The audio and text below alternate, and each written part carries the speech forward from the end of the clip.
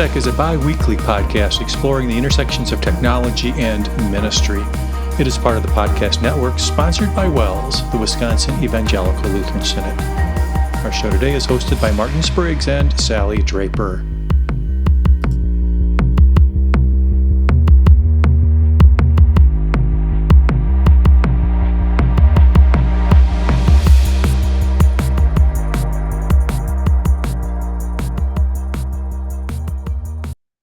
Welcome back to WELSTech, everybody. This is episode 745, and we're recording it on March 5th. That's a Wednesday in the year 2025. My name is Martin Spriggs. This is a show about technology and ministry and where those two intersect. Joining me in this conversation in almost all of those 745 episodes is Sally Draper. Hello, Sally. Good morning, Martin. And it is a Wednesday. It's a special Wednesday in our church here. It Ash Wednesday, to be specific. So don't usually record on Wednesdays. Yep. Just had chapel here at the CMM. I don't know if anybody knows that, but every Wednesday morning we do have chapel. There are different chapel speakers, and President Schrader gets some of the special ones. So he was the speaker for Ash Wednesday today. So blessings on everybody's Ash Wednesday. I don't know if you say Happy Ash Wednesday or Blessed Ash Wednesday, but blessings on your worship more than likely this afternoon or this evening. Probably long gone since we won't publish this till after, but you've got plenty of other Lenten opportunities. So, Sally, we've had a busy week. We have. There and back again. We made it to the lovely campus of Divine Savior Lutheran Church and Academy down in Doral/Miami, Florida. And it was a very wonderful experience to be there. The atmosphere and the campus that they have there is just amazing. And it was so good to see it in person after hearing so much about it. And then obviously the event we were there for turned out to be pretty awesome as well. What event was that, Martin? We called it the WELSTech AI Summit, and it was a kind of an intimate gathering. We invited about 30 people to come down for the weekend. So we started on Friday afternoon, met all day Saturday and half a day on Sunday, and then everybody went their separate ways. It was interesting to meet some new people, people that we had maybe not even heard of before, but they were nominated by different people across the Synod as potential good resources for a conversation about AI. And then met with some of our old friends as well. Saw Jason and Rachel there, and a number of other people that we see on a more frequent basis. So it's an awesome weekend. I think it met our expectations, and a lot of good conversations. Yeah, I'm glad that you can say it met our expectations, because I was really quite unclear what our expectations were going in. Wasn't your typical conference that you go to. It was more of a kind of a think tank event where we just did a lot of brainstorming and a lot of listening to all these different voices from all different vocations across the Synod. And I, for one, am just really excited about the way the discussions went and how AI actually helped us kind of pull it all together. Sometimes, I guess we had 30 people. That's still a pretty significant number of people to be doing brainstorming. So each time we broke out into different brainstorming groups, we had 4 of those going on. We did that 5 different times. So add up all those numbers, 30 voices, 20 different sessions. And it was really a blessing to be able to feed it all to AI, all the notes from those sessions, and have it determine what some of the common themes were across all the conversations.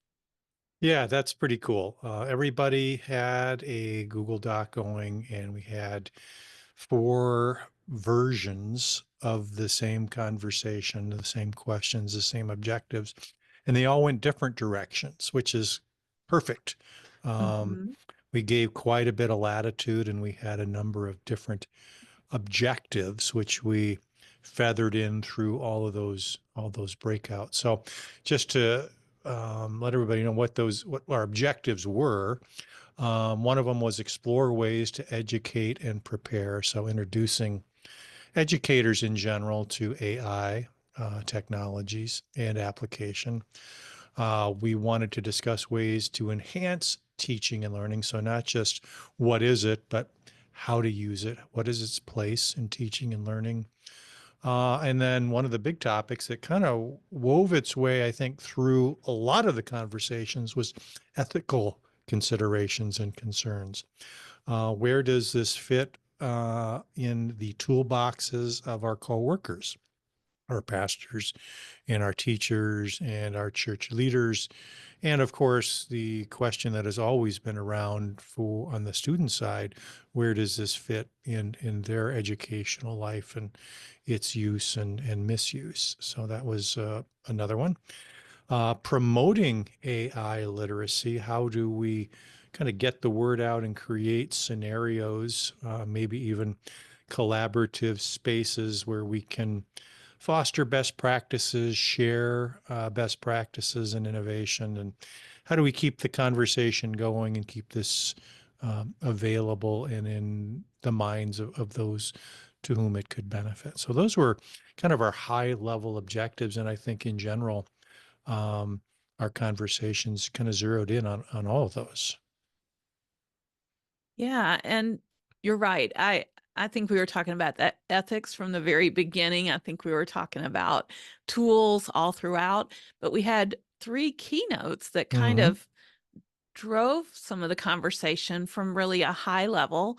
Our first keynote speaker, Dr. Thomas Fry, spoke to visions of the future. He actually is a futurist. That's how Hmm. he's made his mark on the world over all the years of his career. And he really stretched our thoughts about what the future is going to look like. And that was super interesting and engaging to kind of go down those paths and just dream of what that's going to be like.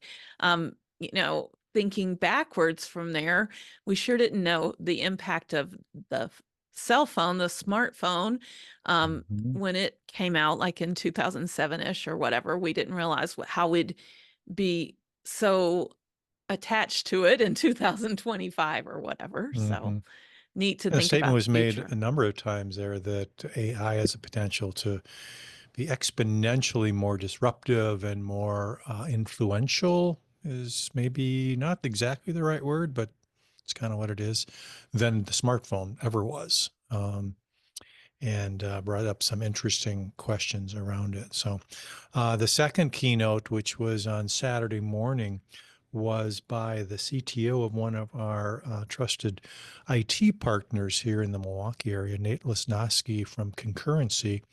Talked a lot about the very technical nature of AI and some real practical advice on setting up agents and what its application is, especially in um, the office world or in the world where we can have significant gains for automation, removing the mundane and the repetitive tasks. Yeah, that was a great keynote where he brought it to a very practical place. So thanks Mhm. to Nate for joining us for that. And then we finished it up with a couple of teachers, Mike Blocker from St. Paul's in New Ulm, and James Karlofsky, Dr. James Karlofsky from Martin Luther College.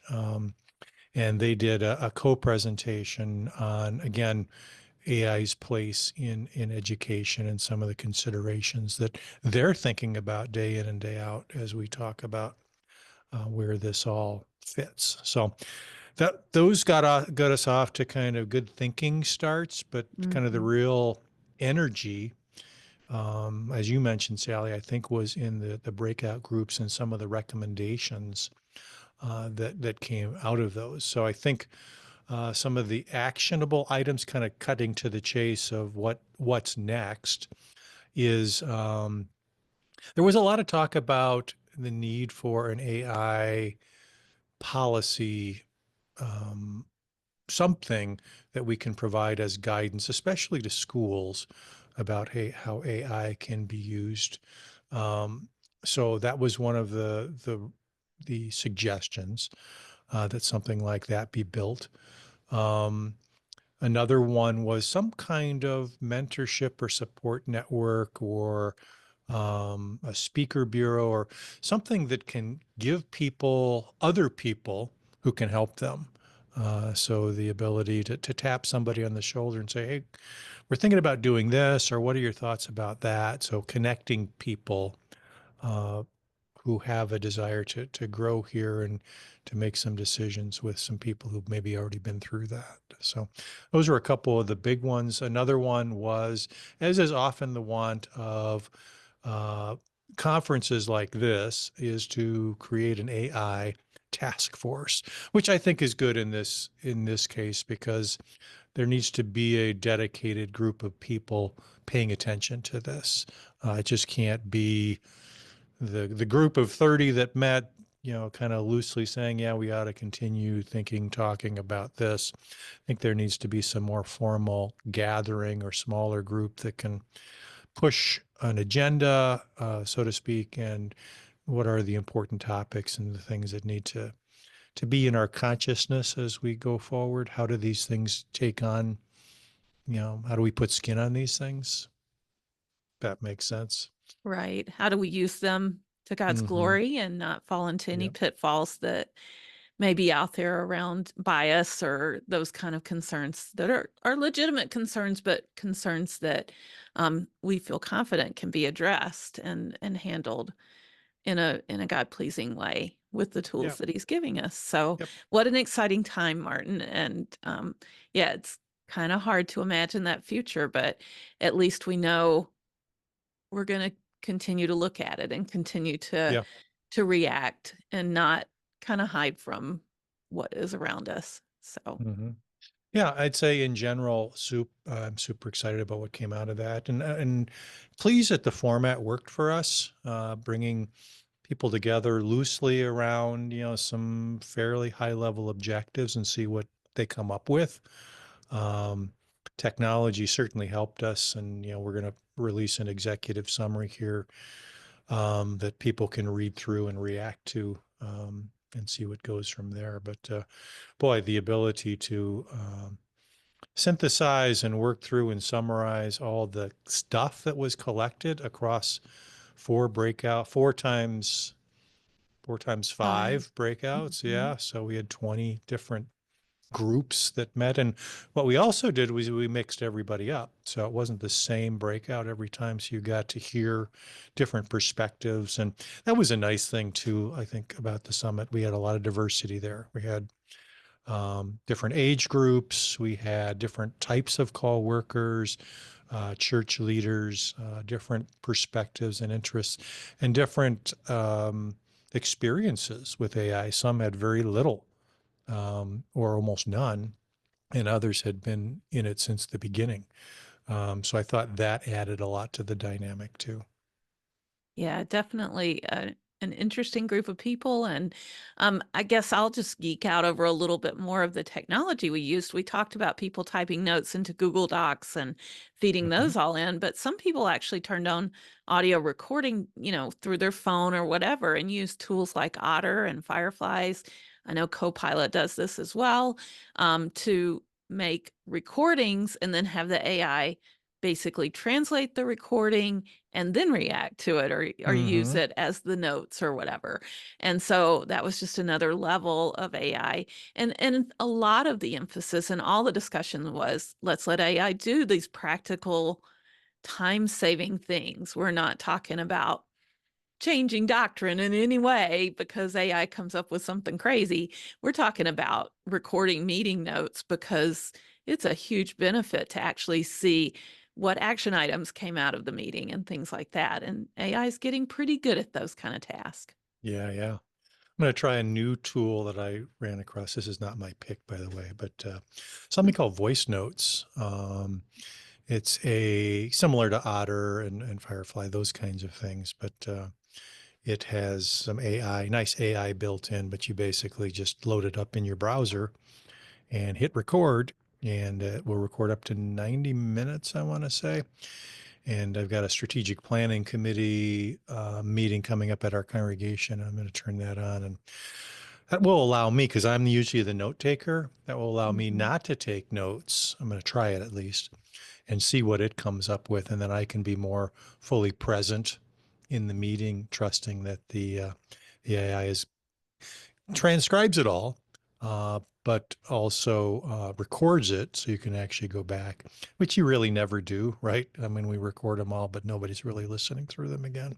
So hopefully AI captures that and provides some good, some tools around that. So Yeah, exciting times. I don't remember exactly, but in some of the discussion or somewhere I heard that AI can actually capture the tone of the conversation Mm-hmm. and maybe gather all those things over 6 months of strategic planning or something like that, and help to meld all of that Yeah, information I think together. It's Nate just pretty Lozowski talked about that. Yeah. sure. There you Mm-hmm. go. Yeah. So, yeah, I took away a lot more confidence with AI from the discussions that were held and just the ways that it can benefit us as we carry out gospel ministry. So exciting times. Yeah. So we want to thank everybody who was there. I know many of them are listeners, um, and tremendous job. They gave up a weekend, for this, even though it was in Miami in February. It's still a commitment, and the time that they spent, and they worked. I mean, it was not just a sit back and listen kind of conference. It was, hey, you're here to contribute, and they all came through. So Yeah. thanks to I everybody was for doing that. I was tired at the end of the day for Yeah, I sure. was too. Yeah, for sure. Martin, just one more point that came to mind was somewhere along the line someone said everybody's putting money into AI and everybody's exploring and trying all these things. But at some point, AI is going to cost instead of just being free Hmm. to make use of. And so there will be dollars around this, and monetizing um, will come into play soon enough. So Yeah, see just how like that any plays other out. technology, there is advancement, but that comes at a cost, and you have to kind of Hmm. weigh, what Hmm. it's worth. Hmm. So, all right, good. So yeah, thanks again to everybody and to the committee, you, Sally, and Jason and Rachel for stepping up, and our event coordinator, Michelle Gardner, who planned dinner and all kinds of cool stuff. So we thank her too for taking that off our plate. That's something that's the last thing to spend time doing, and she did an awesome job. And thanks to the good people at Divine Savior who Oh, let for us invade sure. their space. Yeah, shout out to And we're, Pastor Steve Miller and yeah, Joaquin, who manned the AV controls for the whole time, just as a volunteer. So it's awesome. yeah. And they even had someone from their food staff catering our Yeah, little lunch and things like that. So it was just yeah. a wonderful experience all around. Becky Miller, Steve's wife, was our liaison. So took a lot of people to bring this together, but Hmm. I think it was a success. Yes, All right, should we move on? Let's move on to our ministry resource segment. And this, interestingly enough, came out of the AI conference, it or did. summit, I It's should say. it was actually brought up by several people along the way, but one Mm-hmm. advocate in particular is teacher Andrew Hillman, who's an English teacher at Lakeside Lutheran High School. This is his first year as a called worker. He's previously taught in the public school sector, and now he is at Lakeside, and came very highly recommended because he's brought brisk teaching to Lakeside, and they are super excited about it over there. So I asked Andrew about his experience with Brisk, and he said it's all been very positive. He started using it last year at his previous school, which was Pewaukee High School, and they've been working with people at Brisk, and they were part of a pilot classroom using Brisk Boost, which is the student version of Brisk teaching. And after seeing all of that play out with his students and everything, he was very excited to bring that to Lakeside. So he's seen remarkable improvements in both teaching efficiency and student outcomes. The platform will quickly provide feedback on student writing tailored to any provided rubric. He's been using Brisk Boost feature more often because it provides a critical thinking experience for his students. And so that premium version of Brisk has transformed his approach. And he listed a couple of different ways: AI powered lesson planning aligned with state standards, differentiated learning pathways, real time collaboration tools, and advanced student progress tracking. So if you haven't checked it out, it's at briskteaching.com, and you can definitely use it for free. Allows you to this claim says reclaim 10 plus hours weekly with Brisk Teaching.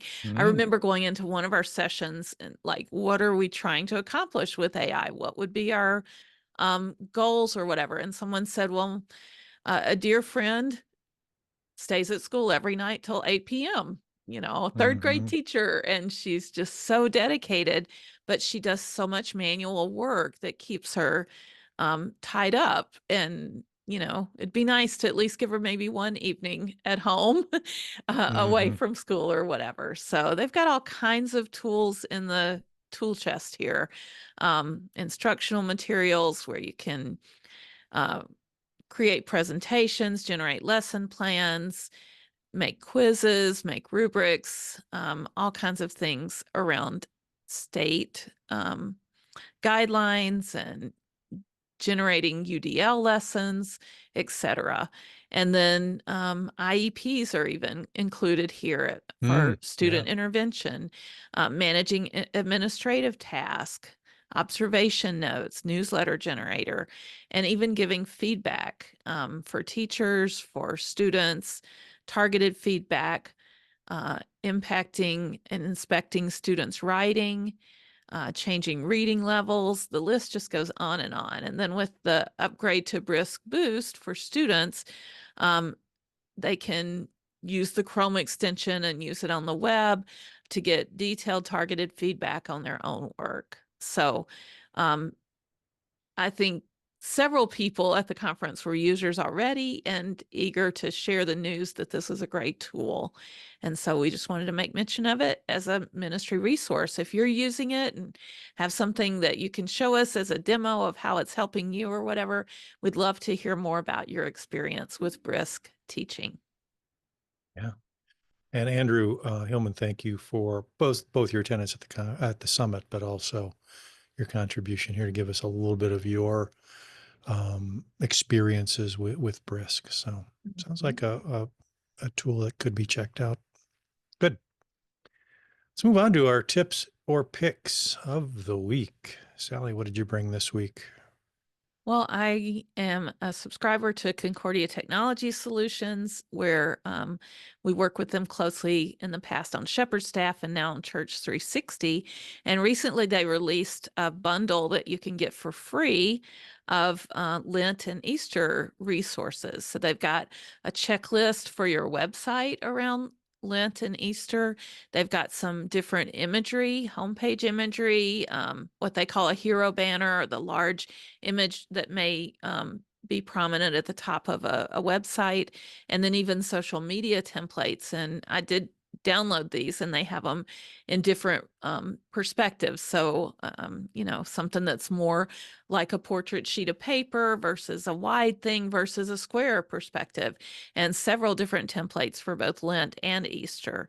They've got communication blueprints. This is really cool, where they actually give you like some email verbiage, and they have kind of fill in the blank places where you can Mm, customize it for your own usage, some social media post, that kind of thing. And then church management software prep.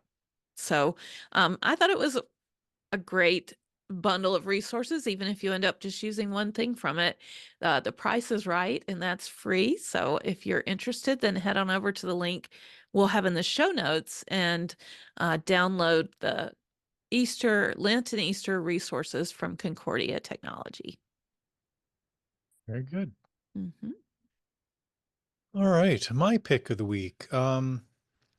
It's no secret that browsers are a big part of our lives. Many of the applications that we use today are browser based, and there is no substitute for a good browser. And one of the bigger ones, obviously, is Chrome. I would suspect that a lot of our listeners use Chrome. We've talked about others before, Edge and Arc and Safari and so forth, Firefox. But Chrome is continually improving the experience, and Chrome was just updated on my computer the other day, and thought be a good time to remind people that there are places you can find out all the new features. This is definitely an area of innovation for browser makers that allow you to do different things that you couldn't do before. So I wanted to share a link of all the things that have been recently added to Chrome. There's a What's New archive.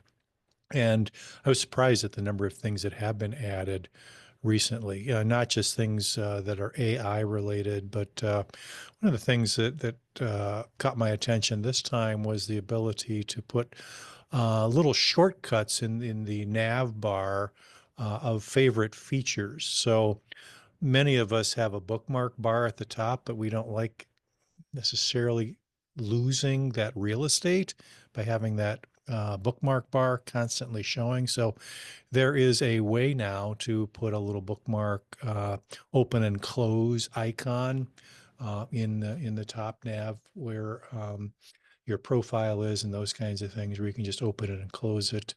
There are shortcuts that they've created for searching bookmarks. There's Google Lens so that you can point it at something on the screen and it'll do a smart search for it.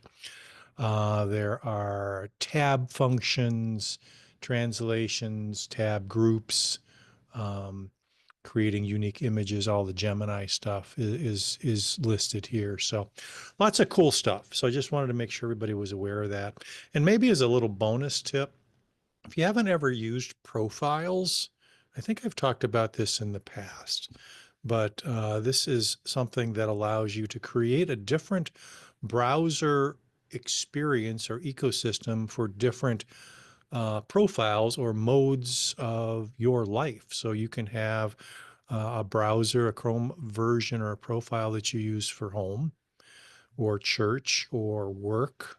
For instance, I use basically three. I have one that's kind of home, and all the shortcuts and the extensions are related to home use. So my password manager is different for work and for home. So I put that extension there. It allows you to create a different theme for each one. So it's easy to see on your screens if you've got two up at the same time. So my work Chrome is green, my home is blue, and then I teach a class for MLC, that one's red. So I've got three different profiles. And so when you open up, let's say Gmail in any one of the three profiles, it opens up the right Gmail and the right Google Drive and the right Google Docs. So you're not having to wade through your home and your work and your school drive content or mistakenly add a document to the wrong one. So this kind of keeps them somewhat quarantined and syncs across different ones and in the mobile experience too. So if you use Chrome as your phone's browser, it will remember those and you can switch back and forth. So remembers your search history by profile, which is kind of nice too. So that if you want to Mhm. go back in some home searches, you're not bothered or crowded by stuff that came up and that you used in a work environment or a school environment. So lots of cool things with Chrome, all free. So there's no cost to any of this, but just some features that might increase your productivity if you just pay attention to what's out there. And Edge does some of these things too. I'd say those two are maybe leaders in the space. But let's take a look at what's in your Chrome browser. That's my tip. That's awesome. Yep. Yeah, I haven't made use of that, and I probably should. So I have some overlap between home and work, but Mm-hmm. I don't use Chrome as my main browser at work. I use Edge. So Edge, right? it's, yeah, kind of Yeah, and six of that's one. one way to do it too. But Mhm. then what I found doing, and I've tried that too.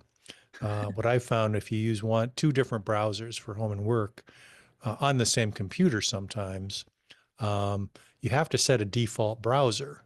So Yes. when you click a link, Yes.